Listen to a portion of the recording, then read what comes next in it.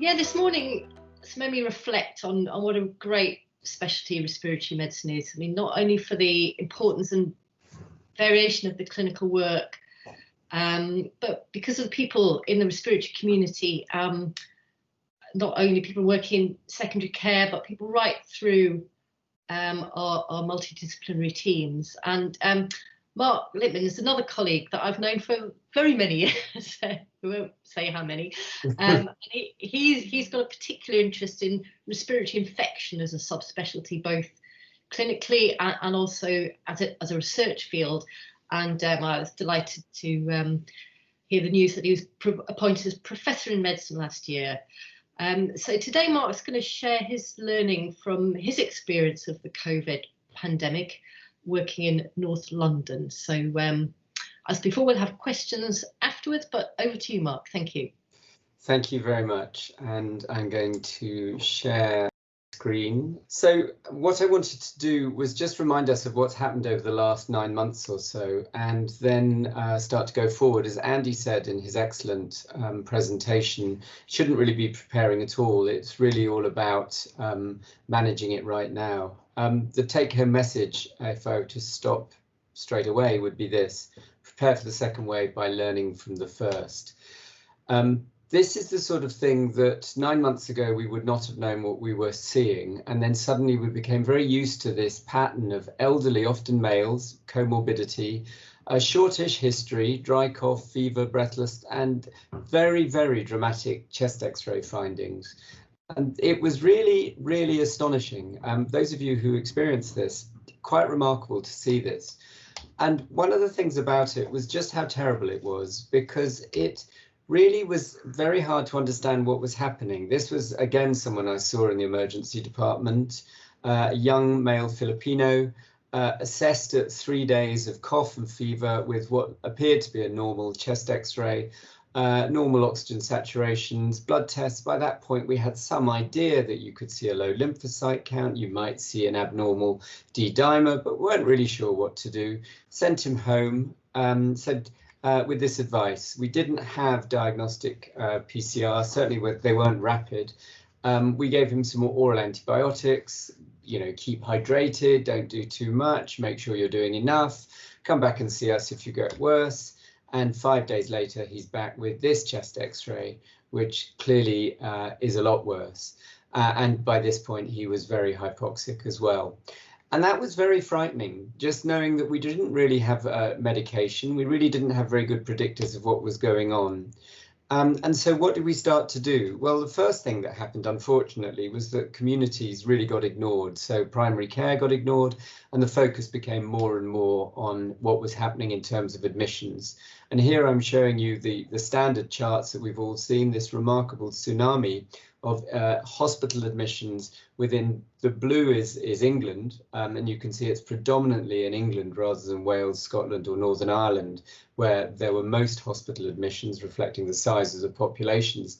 And then over time, as we moved into May and June, those numbers started to decline. You can see the beginning of an uptick, possibly now as we're going into October, and this data were taken from last night, so it's pretty recent. The other thing that we got good at doing, of course, was measuring mortality, a very hard outcome. And as you know, the UK has now provided some of the most robust epidemiological and clinical trial data on COVID-19 globally. This is information from the ARC trial study, and the bottom line of all of this is in the red circle here, which was we became pretty aware very frequently, again, as Andy showed, a very high increased risk of death in older people, in particular men, and those with chronic comorbidities. So we started to obtain a handle on whom perhaps we might need to focus on a little more when they either came to the emergency department or who we should be giving advice to shield, whether actually being formally told to shield or to go into lockdown. What then became apparent was this: the huge health inequality that was associated with race, ethnicity and poverty. I'm showing you some data from New York City, but this has been played out throughout the world. And what you can see is that Black and Latino Hispanics, more cases as a rate per 100,000 population, more hospitalizations and more deaths than other populations ethnically. And that's profound. And we don't fully understand why that should be. There is something to do with mixing in terms of how communities work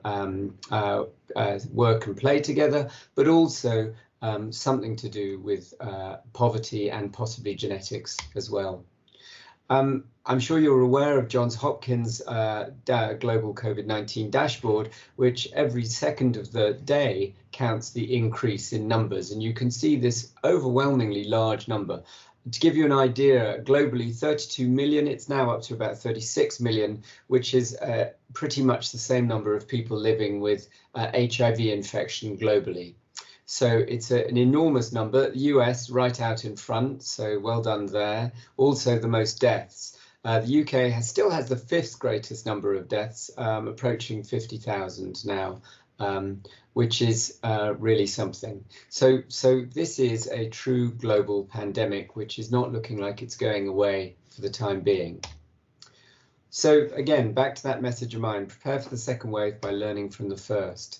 I want just to remind us of what really happens in terms of the host, the clinical response to infection with SARS-CoV-2. So people become unwell, and as you can see here, what I'm showing you is that it's a viral infection at that point with not a great deal of inflammatory response. And the shape of this indicates that you're getting an increasing viremia from day 1 onwards. And then usually within about 7 days, it's starting to tail down. At that point, you begin to see the inflammatory response, which kicks in roughly from about day 5 and then starts to increase as the viremia is going down, such that you see a maximal inflammatory response somewhere around day 10. This is, of course, what people talk about when they talk about the 2 peaks.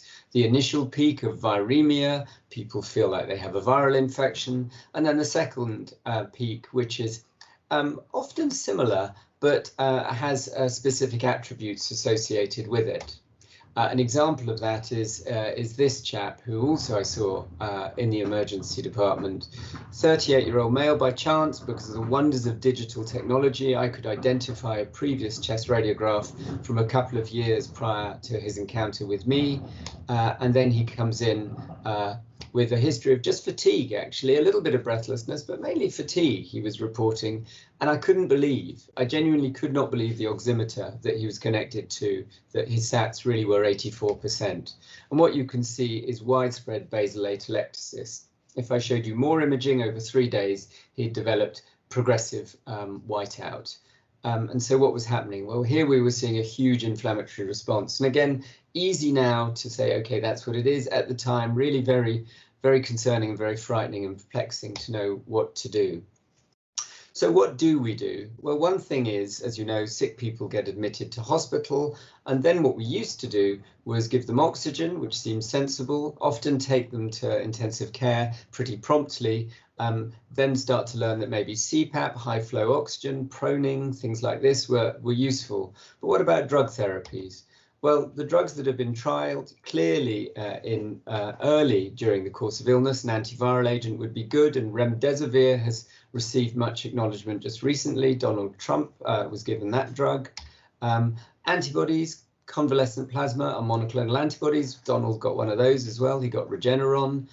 So that's early antivirals, and then anti-inflammatories, dexamethasone or prednisolone, effectively the same thing, and then an anti-IL-6 agent, tocilizumab, and then finally anticoagulation. And so which of these have been shown to be effective in studies? Remdesivir, the steroids, and anticoagulation. Remdesivir, what that does is that seems to reduce morbidity in terms of it reduces hospital stay. Dex and prednisolone, they seem to, well, they certainly do reduce mortality. Both of those, remdesivir and steroids, in the context of people with oxygen saturations less than 94%, is a useful rule of thumb. And remember, Donald Trump's was below 94% apparently a couple of times. I would have thought he was probably hypoxic. And then anticoagulation, which I'd have thought he almost certainly received as well. Plus, of course, he got monoclonal antibodies, which are yet unproven, but probably effective. OK, so going back to our mantra, prepare for the second wave by learning from the first, what happened? Well, there's a long list of things, as you all will recall. Firstly, routine services just very suddenly came to a halt. Staff were redeployed, which meant the services couldn't run. Interesting models of care were certainly adopted when services were able to operate. There was also this remarkable thing about how people really did step up to the plate. And so James was talking about community pharmacy services, and pharmacy services in general were amazing. I was unaware of a single case of someone actually running out of medication within the services with which I'm directly involved, because people really did their utmost to ensure that critical medicines were received by people within the community. One problem that I know we were very poor at in secondary care was talking to primary care. And that was a big failing. I think it was just absolute panic, though, from everybody's point of view. That was also reflected in patients who were too frightened to attend hospital. And that still has a carryover now. It's something that we certainly see. Even blood tests and chest, simple things like chest x-rays, people are concerned to have them. Obviously, also, healthcare workers inevitably were concerned about their own health, which isn't surprising. In my department, 50% of senior staff had SARS-CoV-2, either asymptomatically, which was rare, or more often symptomatically, which is pretty impressive when you think about it. This is a potentially fatal illness, so people really were putting themselves on the line, and of course they're concerned about loved ones, both children, people such as their own partners, and obviously parents and older family members too. This question of resilience, I think, is incredibly important, and I think that's going to be a huge issue going forward, but that definitely tested everybody. Systems were tested in a way that no one ever believed. I never thought I would be interested in the size of oxygen piping within the hospital, or what capacity were the tanks, the oxygen tanks that we had in our hospital. We were one of the hospitals that almost ran out of oxygen. We only didn't by rationing the oxygen that we were using. So there was a lot of risk benefit equations being worked out on a daily basis. And of course, research programs were halted. And although that might seem less important, I think it's incredibly vital, because people were suddenly projects that were either related to infections that may have, or conditions that may have helped in terms of COVID research, or just trying to get things back on their feet, were suddenly completely stopped. And so UCL, the university with which I'm associated, a lot of research programs were just closed down and still have not opened. So again, what else can we learn in terms of the second wave by looking at what happened at the first? So within North Central London, we have a cluster of hospitals, the Royal Free, Barnet, the Whittington and University College London Hospital, and we're under the umbrella of NCL. And it was apparent that what would be sensible, because we were seeing a very large number of individuals admitted to hospital, of which about 30% died as an inpatient, we were still looking at discharging from our Royal Free and Barnet hospitals about 1,000 individuals over a 3-month period. And therefore, we wanted to develop some form of follow-up for individuals in the community. I'd originally believed that a phone number I had been given, and this is almost laughable now, that when I discharged patients from the wards that were rapidly being developed to manage the COVID-19 pandemic sweeping through our hospital, that if I phoned this number and gave the details of the patient to this number, which were based in community settings, that would be all that was required in terms of follow-up. The number stopped working after about 24 hours as people were clearly deluged. So we developed a telephone follow-up ourselves, and originally the plan was to try and follow people up within about 2 to 4 weeks, and it was quickly apparent that that was going to be impossible to do.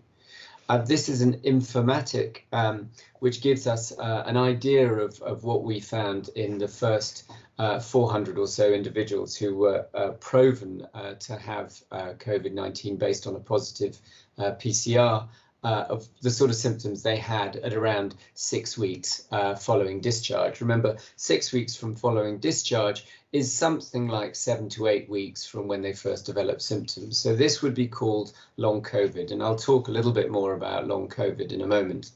About 2/3 reported fatigue, and these are of course self-reported. About half were still breathless, 1/3 were coughing, and something like 1 in 10 were depressed. And that worked out both in terms of PHQ-2 scores and also post-traumatic stress disorder scales that were used.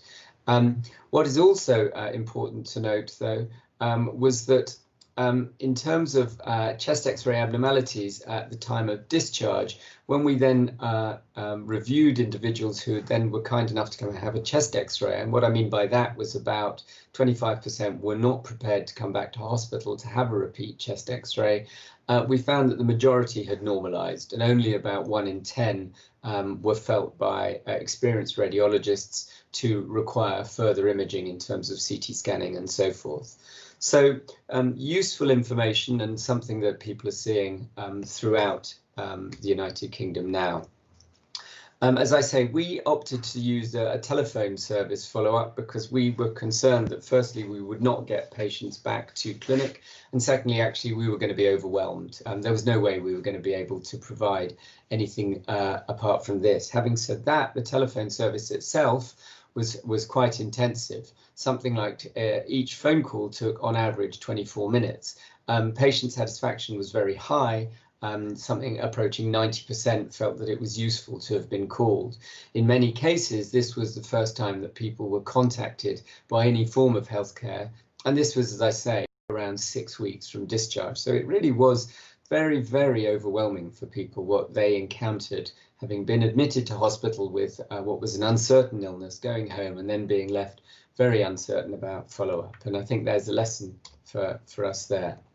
So that issue about long COVID is getting more and more attention, and it is very hard to define. Some people use the definition of 3 weeks or more since symptom onset, but as I said, pretty much anybody who's been in hospital, it's rare for people to not have long COVID. So I think perhaps a more useful definition might be something like 6 weeks from onset of symptoms.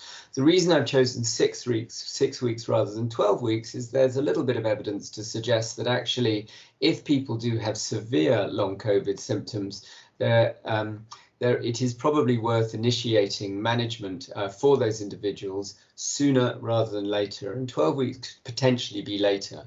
That is very limited evidence. The evidence base for that comes from chronic fatigue services and talking with experts there, which is something that we tried to do early on during our COVID follow-up.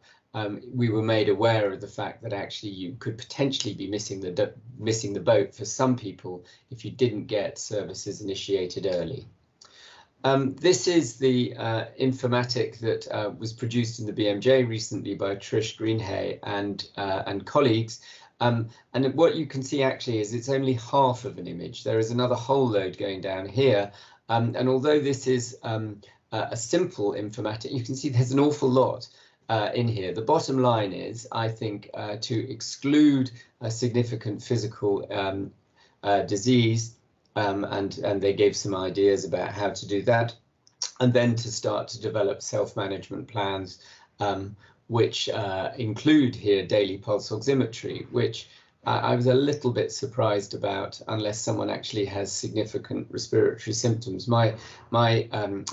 Respiratory signs. My experience of people with long COVID is that the majority will not have they may have minor biochemical abnormalities. They will generally have resolving imaging abnormalities, certainly respiratory imaging abnormalities. And it'll be rare to see abnormalities of pulse oximetry. However, things vary, and I'm happy obviously to take questions to discuss this in more detail later. Not surprisingly, this is a group of individuals who, as you'll have read in both in newspapers and obviously also in medical journals, that there is a very disenfranchised group of people.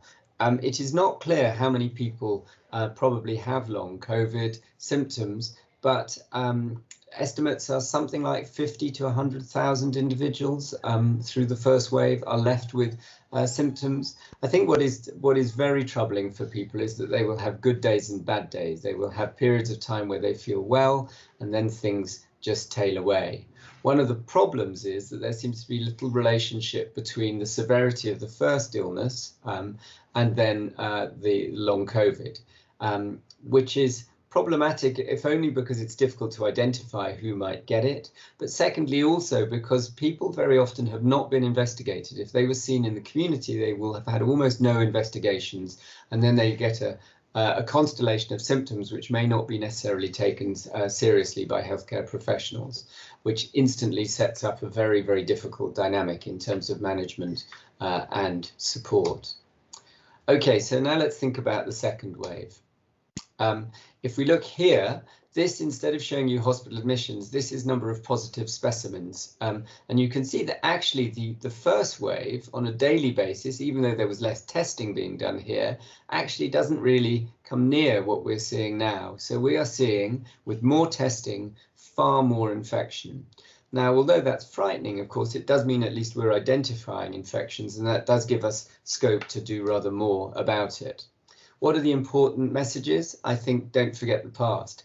I think it's really important to be aware of the team that you're working with. As Joe said, it is one of the great things about Zoom and Teams calls is actually when you see people's images, you suddenly, I personally feel this huge warmth towards my colleagues. It's always wonderful to see them looking well, see them contributing, and see that they are enjoying being part of a team as much as I am.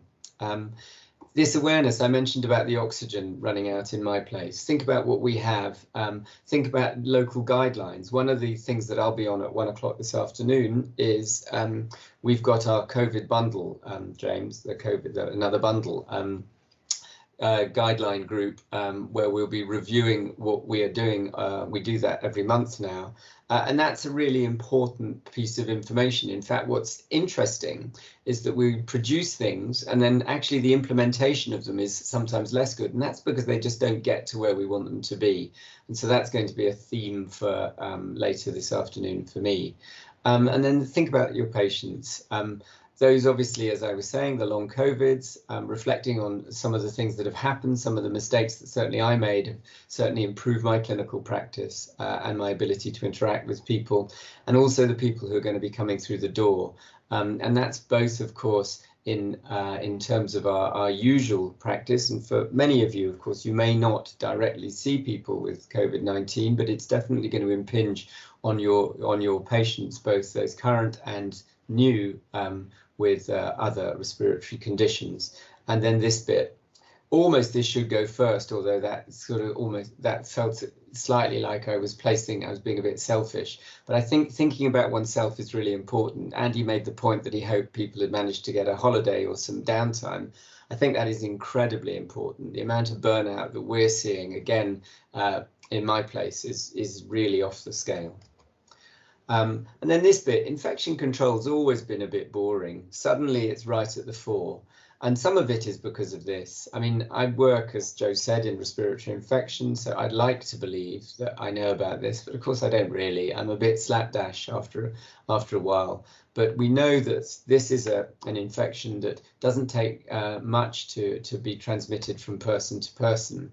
So think about this, using masks. We are trying to encourage people to continue to use scrubs in hospital settings. Why? Because we do believe that transmission from clothing is probably a common way people got infected. They would wear clothing and then they put their hands on their clothes, touch their face, and they were infecting themselves. Full PPE, as demonstrated by a colleague here, is impossible to do on a regular basis. It's incredibly hot, it's incredibly restricting, and really try and limit it. So you can imagine why people are so concerned about it with any aerosol generating procedure. Get vaccinated, but of course that's for flu this year, not yet for SARS-CoV-2. There are a lot of vaccine candidates. This has never been seen before, this sort of work, as you know, and some of them are UK driven. Hopefully we will see a good result.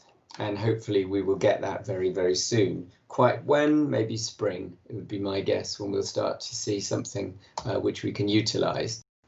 So I've focused a bit on the sort of healthcare challenge, and it's been quite secondary care, but of course actually there's so much more. There's so much about what public in general can do. Putting up with lockdown must have been really tough. I know that I was in the lucky position of being able to come to work every day, which was like a clinic.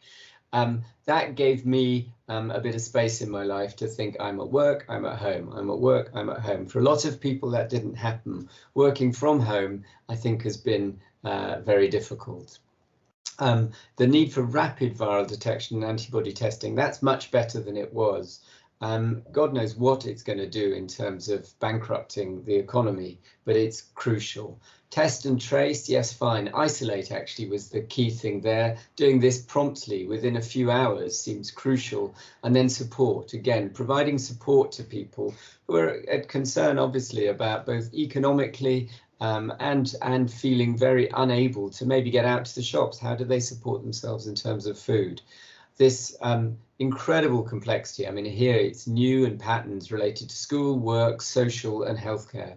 The whole of the UK and the world is turned upside down. There is a new normal that is really very hard. If you stop to think about it, we'd struggle. So again, it's the flexibility of humans that will enable us to survive all of this.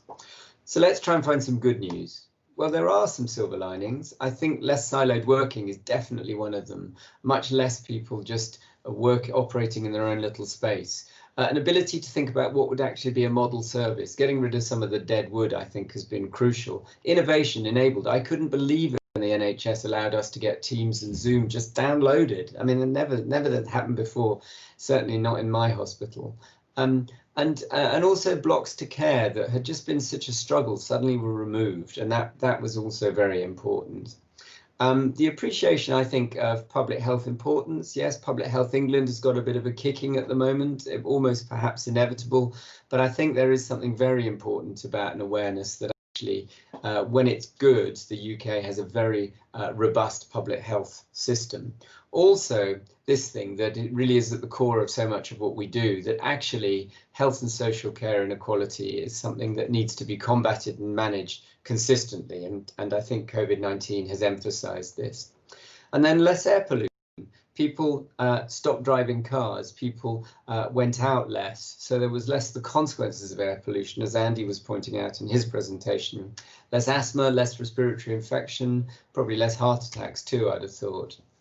And this is 3 images taken by my colleague James Brown as he cycled to work, and he was on the A1 Archway Road in North London, and you can see on the 12th of May during lockdown, 21st of May, and then the 12th of June, and bang, more and more air pollution as the cars come back. And what's interesting to see, of course, is you don't see any cars in these images. So in other words, the cars this wasn't at a point where this road, which would usually be clogged with cars, was actually obviously giving out, there was lots of exhaust fumes in front of him. This is all just from the city. So this is the City of London. So profound how much impact that did have in a positive way. Central to all of this has been functioning respiratory services, and there's no doubt that every single hospital and every single community care site and primary care has benefited from the incredible importance provided by you and your colleagues and some of the professional bodies and other services and networks, some of whom I've listed here in alphabetical order, but there's a big etc. here. There's just groups and groups of people who've come together and done some incredible work, and that is to be completely lauded and applauded. And so that means all of you, as I say. And this is a screenshot I took from Andy's first presentation, because as you can see, not only was there around 100 people on this presentation earlier this morning, but also some of the long-term respiratory work streams that are so vital to getting things better and getting things restarted and improved. And this is incredibly important. To sustain that in a comprehensive and systematic way, I think is crucial. I'd just like to say my thanks to all of these people who've helped me with this talk in one way or another. And finally, just to say thank you to you for listening. Very happy to take questions. Thank you. Thank you, Mark. That was a comprehensive overview. I was particularly struck by the importance of looking after oneself, and to look after others, we need to look after ourselves. And I think, infection control remains really, really important. Just doing doffing and donning correctly is really important. And I think going around the hospital, sometimes you see poor practice there. So helping our colleagues to do that. And then the holidays that Andy also mentioned, it's difficult to get away from COVID on holiday, isn't it? So yeah, that's a challenge. There wasn't much in Northwest Scotland, though. Anyway, so we've got some questions, and as before, I'm going to ask Julia to read out the question. If you've got, there's time for people to put more in, or if anyone's brave enough to raise a hand, then do so. And thank you very much, Mark. I'd like to add my thanks, as always, absolutely excellent, riveting, in fact. So the first question we've got for you is from Carol Morris in Epsom and St Helier. Very simply, what is the one thing that they should do now? Who should do now?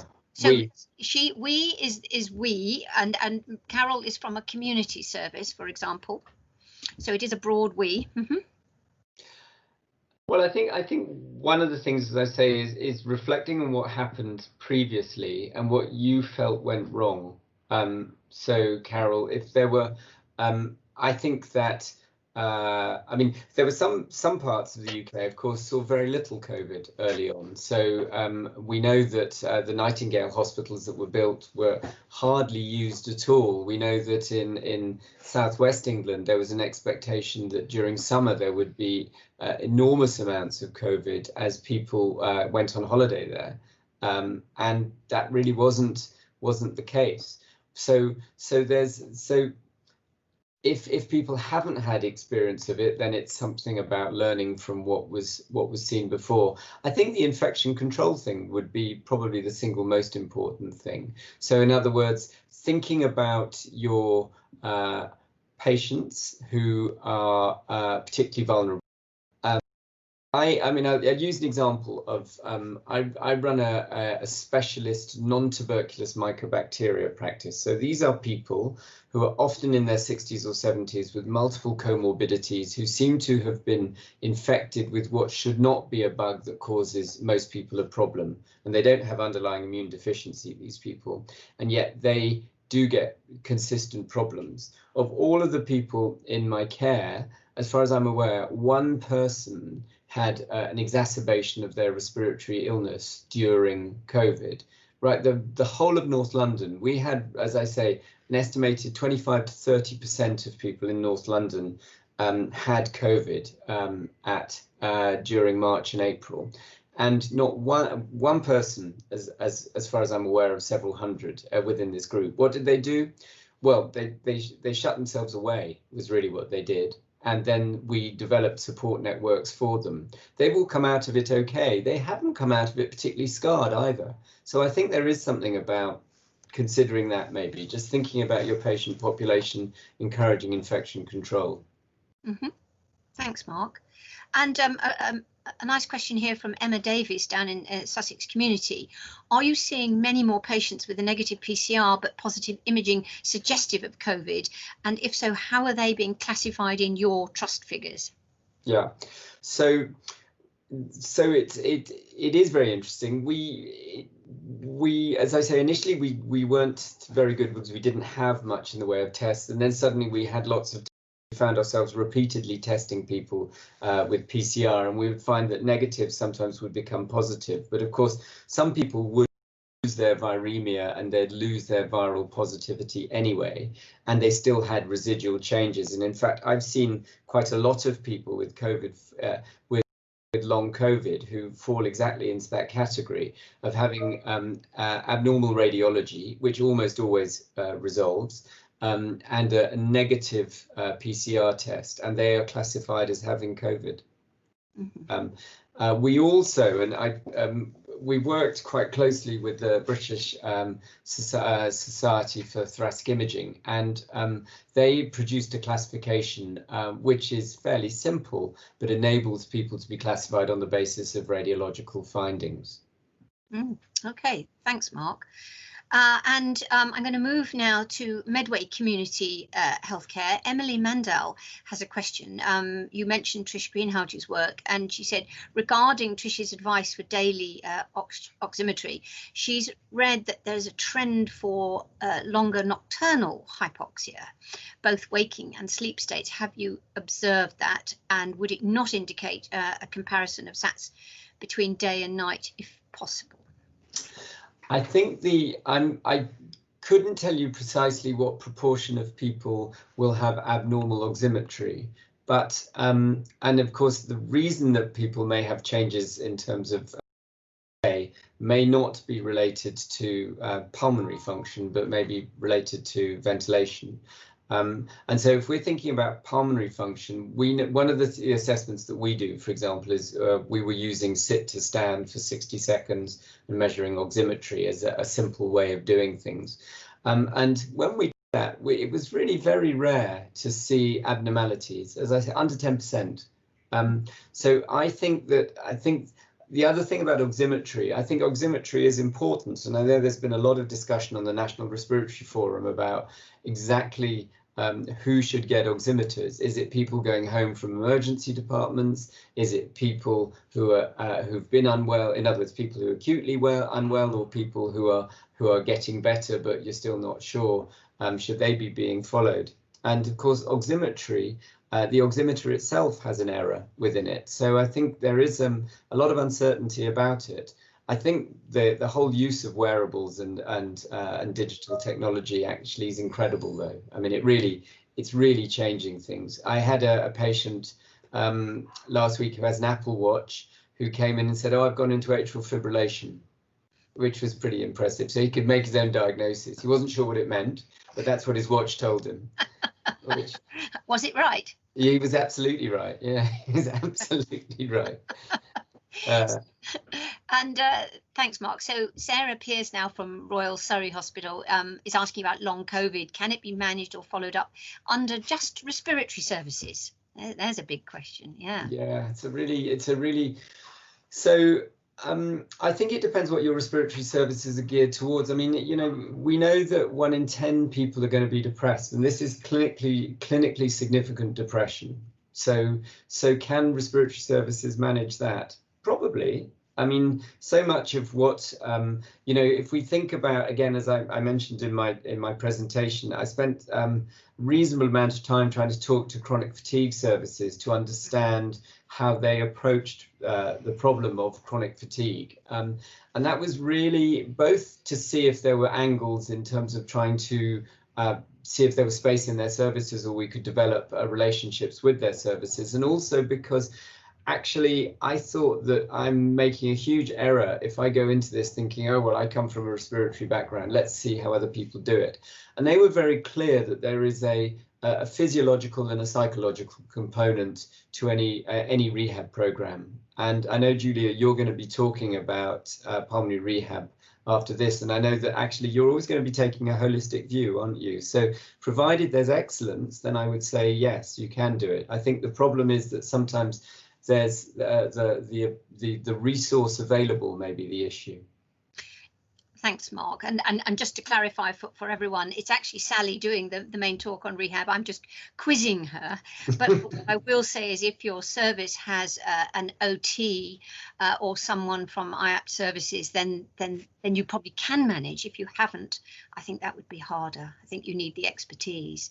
So on that note, we have another question from Ellie Stratton-Richards.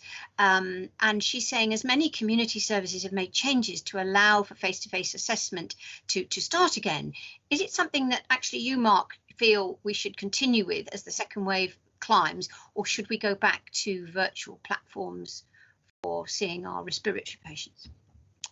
Yeah, that's a very difficult one, isn't it? Some people have found virtual platforms really useful. others less so. And so Andy was saying that he felt it worked really very well for general asthma clinics. And I'm sure that's right, that if you've got situations where you can start to, if you like, reduce the amount of setting, then that's a good way of doing it. And if you've got the flexibility to be able to switch between the two. So again, one of the things that we did, we ran our tuberculosis services throughout COVID. We were one of the few services that could do that. And we significantly decreased the number of people that we saw face to face. And then that has started to increase back up. So about 75% of our clinic is now face to face. Having said that, we've noticed in the last couple of weeks that actually that feels like too much, and we're going to start moving back towards more virtual consults for some of the patients. Why? You can sense the unease is one thing. It's really striking. People walk into a space that seems a little too busy and everyone's uncomfortable. And so that's important. Secondly, if you're seeing numbers going up, and we know this is a condition which is transmitted asymptomatically, temperature checks are great, but how many times have you seen, in fact, I'd be interested, has anybody seen people who've had temperature checks, who've had positive temperature checks, which has led to a positive COVID diagnosis? Interesting one. Because I haven't yet. It might just be me, but I mean, you know, everybody's having their temperatures checked all the time. I mean, it's very confusing about how to manage it. So we have to, again, as Joe said, infection control, just be sensible. Absolutely. And as Andy said earlier today, just rethinking the way we run clinics. Yeah. And they're always going to have to be different from now on going forwards. So Gemma Stoner would like to know at what point, Mark, you consider stepping a patient down who's had a positive PCR, stepping them down to a green area in your trust. Yeah, that's, well, the general thinking is 7 days. We now say 7 days no cough. So we have got tougher, certainly, than we were previously. We are cautious, and we know that we also made huge mistakes by sending people back into communities that were unable to manage. So we definitely did that early on because we simply didn't know any better. But I'd say that is a rule of thumb. Mm-hmm. And Joan Kilgariff, who's a community respiratory nurse specialist, would like to know whether, I don't know if you know the answer to this, whether community trusts are going to be provided with national guidance for all care that should be provided for patients with long COVID.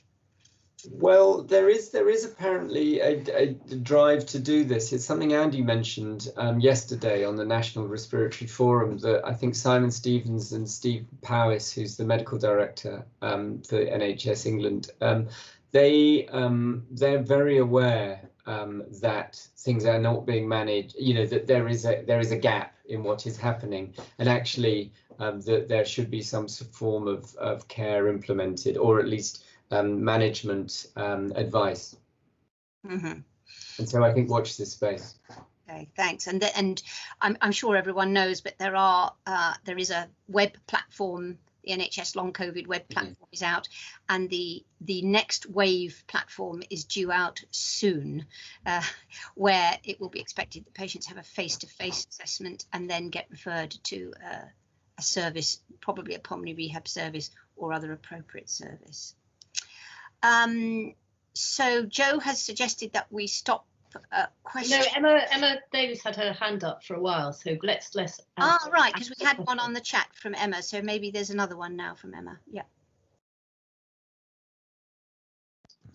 Do you want to go ahead, Emma?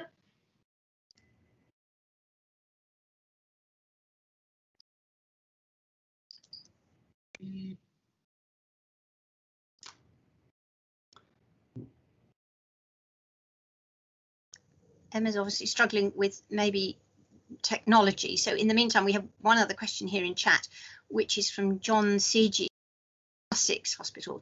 What's your perception, Mark, about the surgical mask's contribution towards COVID-19, and how far does it help to resist the droplets invasion and the second wave arrival? And do you think it's enough to control and control the spread of infection to an extent? So there's lots of bits bound up in that, isn't there? There's the whole surgical mask thing. So if you, as a sort of Western European, when 12 months ago, when you saw delegations of people who were traveling from Southeast Asia and from China walking around in masks in the street, you'd look at them in disbelief. Often you'd just think, what on earth are they doing? And then, of course, the realization was actually they're protecting you from them. So that's one thing. So there's that issue about a surgical mask, and it's effective from that point of view.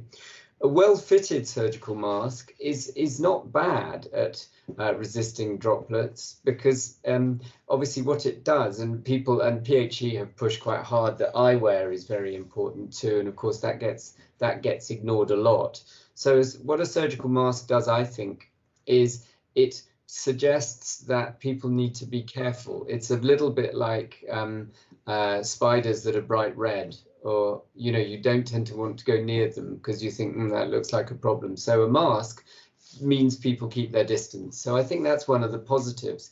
One of the issues about a mask, which people are concerned about, is that, of course, if you're getting lots of droplets on a mask and then you remove the mask inappropriately, you then get this thing on your hands and then have a problem. So there is again the infection control issues. Of course, most people, as you know, don't necessarily wear masks properly. They'll often wear them with their nose hanging out, or they'll have them under a chin, or they'll be on the top of the head. I mean, so there's lots of issues, as there always will be. Yes. Right. So, and Emma has just popped in the chat that she wanted to say regarding the face-to-face assessments that they're offering choice, but on the whole, patients are actually choosing the telephone assessment and only a brief visit for OBS and chest auscultation, unless they have communication difficulties. So that's interesting first-hand experience from community. So I'm going to hand back over to Jo. Great. So thanks very much, Mark, as ever, and thanks for great questions and interactions. So I hope you all agree we've had a great morning, real complimentary talks, varied, and I've certainly learned a lot. So thanks for the speakers and thanks for you attending.